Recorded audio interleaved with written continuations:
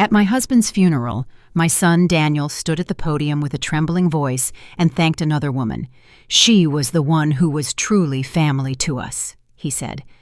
At that moment, all eyes in the room turned to the woman in the front row, the one in the fitted dress and perfect makeup, with delicate tears resting in her eyes. And me, the real wife, the mother. I sat off to the side, unnoticed, invisible. When the lawyer later informed me that my husband had left everything to her, not a single dime for me, Linda McAllister embraced my son and smiled a triumphant smile, as if she had already won. But then I pulled out the second will, and just like that, there was no one in the room smiling anymore. I never imagined my life would begin anew at a funeral. Robert died in a sudden car accident. He was driving downtown that morning in a heavy rain. They said the brakes failed on a curve and the car crashed into a supermarket. He was gone quick. The doctor said he didn't suffer, but I wasn't sure he deserved such a clean departure. We had been married for 40 years. I used to think our marriage, while not romantic, was at least solid. Like one of those old houses weathered by storms, worn on the outside, but still standing. I gave up my career to tend to every corner of our home. He always said, "I can take care of you. You don't need to work." And I believed him. I naively thought it was some kind of love. At the memorial, I wore his favorite charcoal gray wool coat and stood by the chapel entrance greeting guests. The wind whipped, my fingers were numb. Still, I smiled, doing my best to make sure his farewell was dignified and orderly. Robert cared so much about appearances, about what other people thought of him. Even in his death, I found myself maintaining that neat facade for him. Daniel was at the podium. He's our only child. He turns 33 this year and is a back-end engineer for a tech company. He wore a sharp, dark suit. His face was solemn, and his voice was as steady as always. After reading a tribute to his father, he paused, and his eyes reddened. "There's someone I want to give a special thank you to," Daniel said, his voice a little shaky. The room fell silent. I clutched my handbag in my lap, my knuckles turning white. I thought he was about to say, "My mother." In that moment, I could almost hear it forming in his throat, that long-awaited acknowledgement. 40 years of companionship, dedication to the home, nights spent at the hospital, all the quiet sacrifices. I truly believed he had finally seen me. But what came next sliced through me like a dull blade, stripping that hope away inch by inch. Someone who supported my father through the toughest time of his life, Ms. Linda McAllister. A soft murmur went down the aisle. From the front row, a woman stood up and dabbed her eyes, nodding politely. She wore a deep emerald green wool coat, black heels, flawless makeup, and perfectly coiffed hair. As she sat down, those around her turned to look, curious and surprised. I felt sound explode in my ears like a detonated silence. Linda McAllister. I knew the name. She was Robert's administrative assistant at the firm. He later promoted her to a consulting partner, even briefly including her on the board. When I'd ask about her, he'd always downplay it. "She's competent. Don't be paranoid." I remembered that year's company party. She brought me wine, smiling sweetly, moving with the ease of a woman who fit in. I dismissed her at the time as just another sycophantic employee. Looking back now, how ironic. From across the room, someone whispered, "She's sitting so close, like she's family." And my son had just thanked that woman at his father's funeral. I felt like the chair had dropped from under me. My ears were ringing, and the world vibrated faintly. People came up to shake my hand, murmuring the usual. "He was a good man. We'll miss him." I nodded automatically, like a machine repeating pre-programmed responses. I had planned to hold on until the end, to maintain appearances. But then I heard Daniel whisper to Linda, "You're the one who's truly family." I nearly dropped the teacup in my hand. In that moment, I realized this funeral wasn't for Robert. It was for a hidden world I didn't know existed, and I was just a stranger, a discarded observer.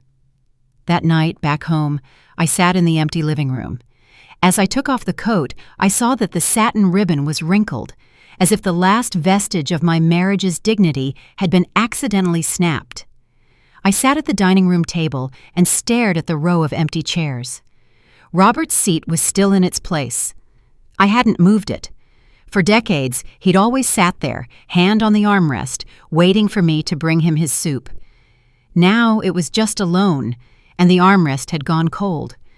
There were still bottles of his favorite beer in the fridge. I never liked the brand, it was too bitter, but he'd buy a six-pack every week, just for him. Turns out, habit is the cruelest prison. I didn't sleep that night. I pulled out some old photo albums. In the photos, we were still young. There was light in his eyes. I smiled easily back then. I even found an old employee ID from when I was a financial consultant at his firm. Short hair, self-assured, always seated second from the right at every board meeting. Then he told me, "You should quit. I'll take care of everything." And I, foolishly, listened. I closed the album and poured myself a glass of water. The kitchen clock ticked. I realized all the pride, all the patience I had once poured into keeping our marriage intact had been buried the moment he died. What I didn't know, however, was that beneath all this was a deeper betrayal. The next morning, every word I heard in the lawyer's office felt like a line from a life script I was never invited to read. The air smelled faintly of ink and old wood cabinets. A faded print of the Constitution hung crooked on the wall, and sunlight filtered through the blinds, slicing the floor into narrow strips of light. It was the law firm Robert had designated before his death. The lead lawyer was a man in his 50s with a slow, heavy voice. Every syllable was drawn out as if to underscore something unsaid. "Pursuant to the will signed by Mr. Robert De Smith 3 years ago," he began with mechanical calm, "the majority of his assets, including the main residence in Summerball, the vacation property in Nantucket, and the remaining balance of his personal accounts, shall be inherited by Ms. Linda McAllister." I wasn't just stunned. I felt like I'd been pushed off the main stage of my own life, left standing behind the curtain in a dead spotlight, unsure if I had ever truly played the part I thought was mine. I turned to look at Daniel. He sat ramrod straight, his gaze fixed forward, as if he were listening to a quarterly financial report. His fingers were perfectly interlocked. Not a hint of surprise, not a shift in his expression, as if he had known all along. When the reading was over, I stood up and walked over to him. "You knew," I said in a low, trembling voice. "Didn't you?" He looked at me with a strangely serene tone. "Dad had his reasons." "His reasons," I whispered, the words choked in my throat. What did 40 years of marriage mean to him? Daniel was silent for a moment, then said, "He worked hard his whole life. Linda was there for him. She understood him." He lowered his voice almost apologetically. "You didn't." In that moment, I saw it clearly.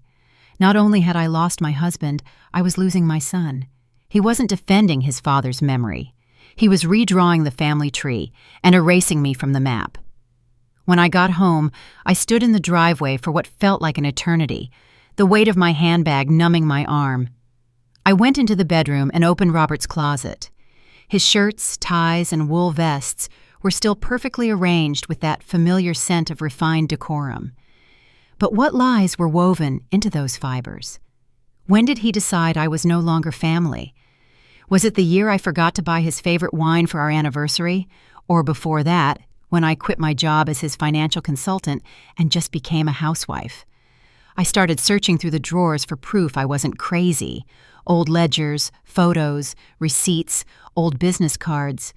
In the kitchen drawer, I found a folder of letters Robert had kept.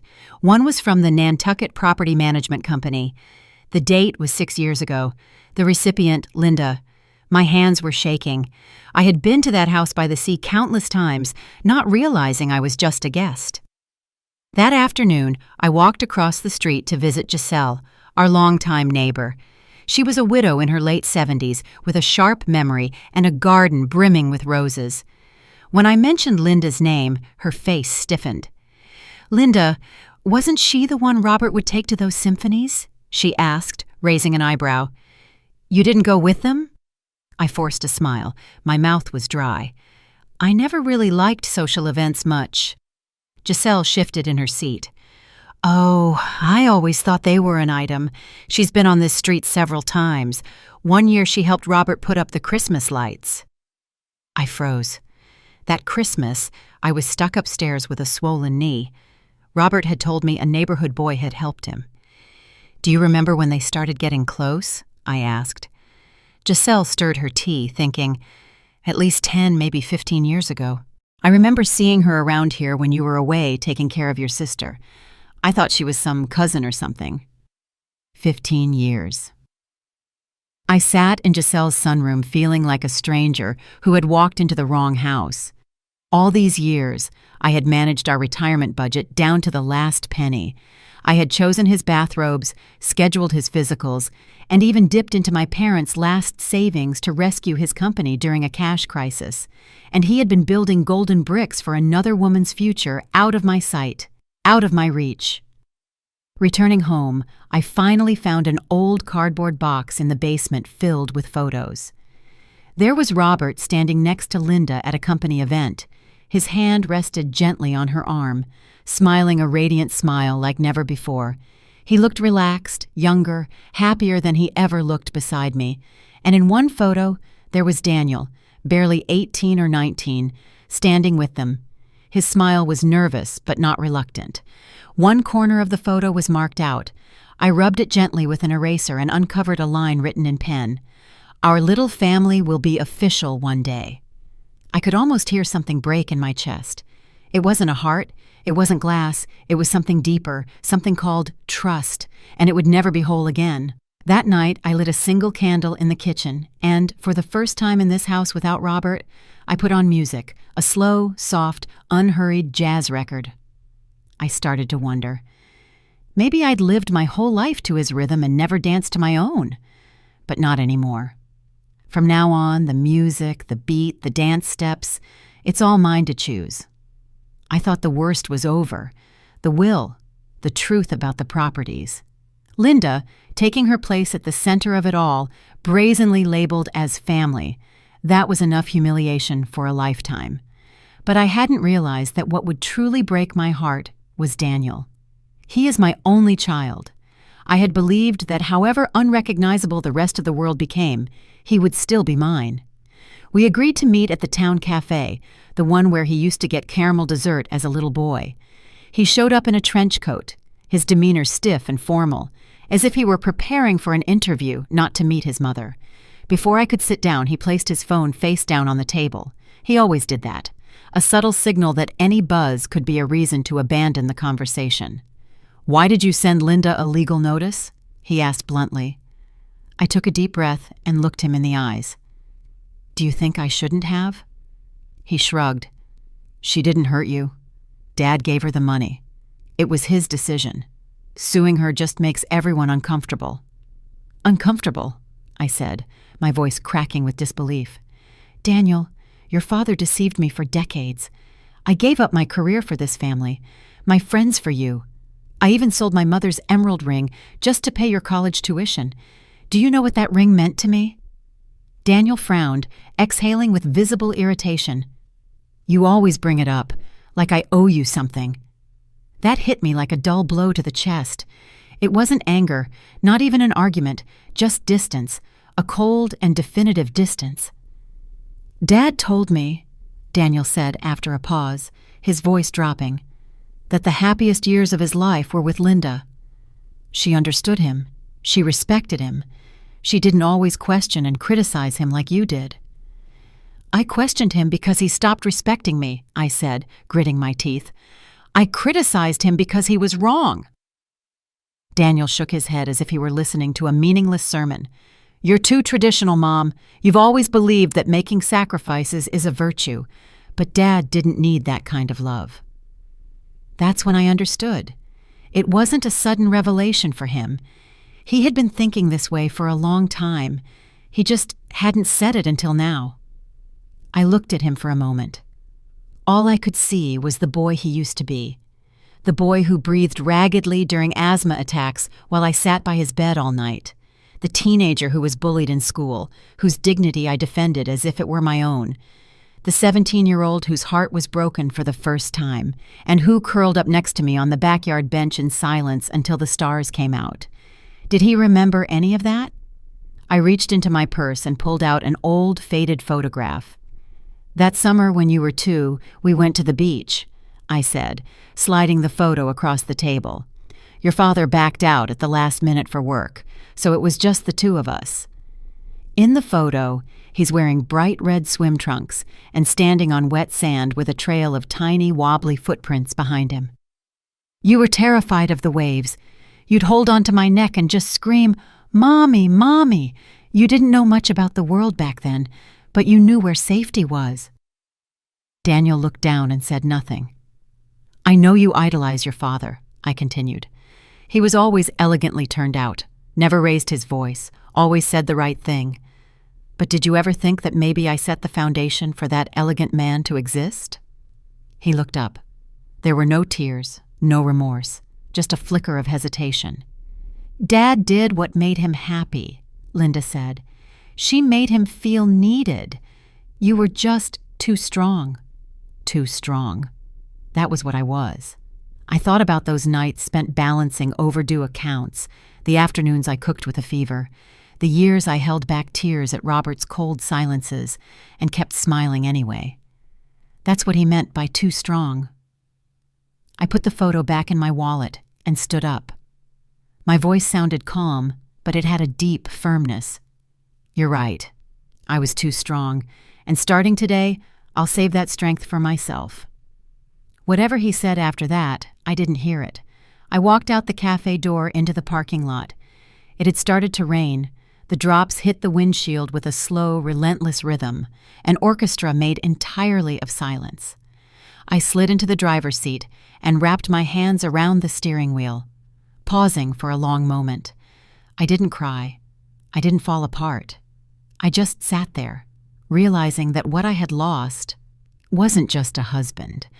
I had lost my marriage, my family, even my son. But in that same breath, I understood something else. I could no longer wait for someone else to tell me who I was. It was time to live for myself. At first, I thought Linda was just a late-life accident in Robert's story, a calculated opportunist, a woman who slipped in through the cracks. But now I see things clearly. She was never an accident. She had planned everything. On a rainy afternoon, I sat at the kitchen table with a mug of cold coffee in my hands, looking at her public Facebook profile. Her profile picture showed her on the beach, smiling softly, the background edited with a tasteful blur, as if she didn't want anyone to see what was truly behind her. Her bio said, "Consultant in the architecture sector, lover of classical music and community service, grateful for life's tender company." I clicked on her photo albums. The first image, Robert was seated in a wicker chair holding a slice of lemon pie she had apparently made for him. The text said, "His smile is my favorite reward." The date stamp said it was 6 years ago, the same year I was bedridden with arthritis. Robert had told me then that work was overwhelming and he would be traveling a lot. I believed him. I thought he was simply evading the burden of caring for someone, but now I knew. He wasn't escaping me.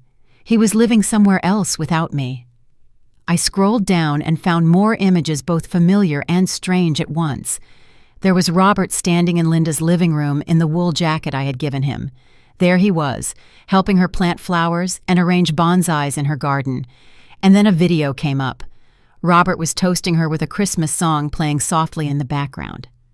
Daniel was there. I froze. My hand hovered over the touchpad.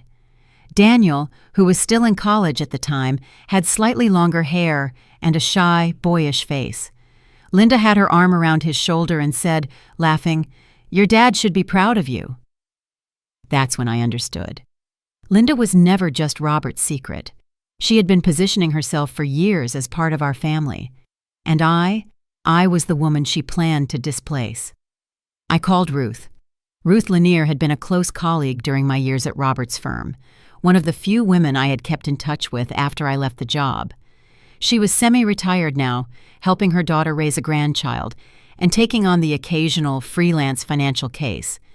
She answered on the second ring with the same energy she always had. "Maggie, my goodness, I heard about Robert. I've been meaning to call you." "Thank you," I said. I didn't stall. "Ruth, I need you to help me find something." She didn't hesitate. "Tell me what you suspect." I paused. My voice sounded calm, but it was firm. "I believe Robert used company funds, for at least the last decade, to buy properties for Linda, and there might be other unaccounted-for transfers." Ruth went quiet. "You're not just fixing a marriage, Maggie. You're looking to expose fraud." "I want the truth," I said. "I've spent too long in the dark." We agreed to meet at her house in 2 days. In the meantime, I became a woman on a mission. I went to the local library and looked up Linda's property records in Summerball. One house, a single-family villa under her name. Purchase date, 5 years ago. Right at the tail end of the company's employee housing benefits project, the same one Robert was overseeing. I had visited there during that project. I remember joking at the time, "On the next trip you take me too." He dodged the suggestion. "You wouldn't like it there." Now I knew. The room was not reserved for clients. It was for her. 2 days later, I drove to Ruth's house. Her home was in a quiet suburb, a pale gray bungalow with a row of withering chrysanthemums out front. She greeted me with a glass of lemon tea and opened her laptop. "I checked some archived payment records," she said, scrolling through 3 entries labeled "Outside Consulting Support." "But the beneficiary company is a shell. No physical office is listed." She zoomed in on one line. $50,000 paid the same month you were home recovering from surgery. My stomach twisted. Ruth looked at me with concern from behind her glasses. "Are you sure you want to go through with this? Most people would just prefer to let it go." I didn't answer. I just saved a screenshot of the file to my flash drive.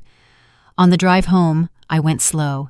The sun hit the windshield hard, and the air smelled of early autumn. The radio played an old 60s ballad. The chorus repeated softly, "You only find the truth when you stop pretending." Yes, only when you stop pretending do you begin to see clearly. Back at home, I sat in front of the computer and saved Linda's Facebook photos to a new folder. I named it Evidence. I was no longer the woman who buried her emotions behind a stove. I was Maggie Smith, the legal wife of Robert, the mother of Daniel, the one who had been edited out of her own life story, and the woman who was about to rewrite the ending. The second batch of documents from Ruth arrived just as I was wiping down the kitchen sink. Sunlight filtered through the blinds, casting clean stripes across the countertop.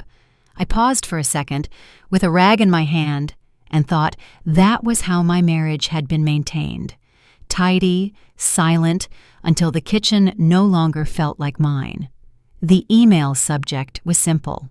3 suspicious transactions. Key, preliminary legal feasibility assessment. I opened it. A few familiar PDF statements filled the screen. Ruth had annotated them. The company name, Quinte Consulting LLC. The account tied to Linda. The transfers, 3 payments totaling over $350,000, carefully staggered over 5 years, each one timed just outside the company's official audit cycles. She added a note. This sum lacks sufficient justification. Unless invoices for services of equivalent value can be produced, this is potentially a fraudulent gift. There it was. The proof. I felt a knot of resolve form in my chest. I knew what to do. That afternoon, I called a lawyer who specialized in fraud and corporate law. "I have a whole host of questions," I said, my voice steady and clear. "I believe my late husband systematically plundered his company to aid his longtime mistress." The lawyer was a woman named Michelle Robinson. She was in her mid-50s, and her voice on the phone was warm and no nonsense. She listened calmly as I talked. "You need to send me everything you have," she said. "Every document, every email, every photo." I hung up and started copying the files. When I was finished, I had over 50 documents. I printed everything out, arranged it neatly in a folder, and took it to her downtown law office. Her firm was in a glass skyscraper, and I took in the view of the Chicago skyline as I waited. When she walked in, she had a kind, professional smile. She had a sharp haircut that framed her chin and wore a perfectly fitted suit. She took the folder, flipped through it, and nodded. "We will go through this," she said. "I'll be in touch." "Thank you," I said, looking at her. She betrayed me, and my son helped her. I want her to pay back every last cent. Michelle pushed her glasses higher on her nose. "We will do our best." The next few months were a whirlwind of appointments, emails, and legal proceedings. We filed a lawsuit against Linda McAllister, and the case made waves. Robert's former firm, his lawyer, and even his estate became entangled in the case. Then there was Daniel. He took Linda's side. He was outraged. "You're destroying his memory," he said to me on the phone. "Daniel, your memory of your father is a fairy tale," I said. "He was a con man who used money to betray me, his wife, and his son's mother. That's the truth." He hung up. I waited for him to call back. But he didn't. It hurt, but I did it anyway. I had to. The case went to court. Linda and her lawyer tried to paint it as a misunderstanding. They claimed the funds were legitimate payments for consulting services. They produced fake invoices that Robert had given her. But we had Ruth's evidence, and we had Robert's Facebook photos. I took the stand and told what happened. I talked about the 40 years of our marriage, about the sacrifices I made for him and Daniel, and about the pain I felt when I learned the truth. The judge, a black woman in her mid-60s, looked at me with understanding. I think she understood what goes on in the hearts of women like me. In the end, the judge ruled in our favor. She ordered Linda to pay back everything Robert had given her, including interest. The total sum was over $1 million. Linda had to sell the properties she had bought with the stolen money. She was broke. She lost her job and her reputation. I never saw her again. As for Daniel, he didn't speak to me for years. Then, when my father died, he called me. We met at the funeral and embraced. We began seeing each other again. I told him the whole story, and he started to understand. It took years, but we mended our relationship.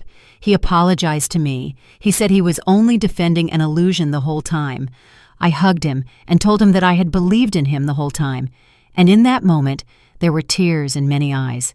Daniel walked over and hugged me softly. "Mom," he said, smiling, "when did you get so good at giving speeches?" I smiled back. "I always was. You just weren't listening." We both laughed. Everyone laughed. Before the party was over, I took a short walk in the garden. I stopped in front of the crabapple tree I had planted 20 years ago. "Last year this thing almost died," I said. "I almost cut it down, but this spring it bloomed earlier than ever and it's still blooming." The women chuckled. I added, "Even she knew what is still alive should not be given up on." That night, when everyone had left, I folded up the chairs and put them away in the shed. The porch wind chime tinkled softly in the breeze. I turned to watch the sunset. It rested above the old maple tree at the end of the street, as if to say, "Who are you, really?" I took off my heels, walked barefoot into the house, hung up the dress, and went to bed. I knew who I was. I was a survivor, a fighter, and the truth had set me free.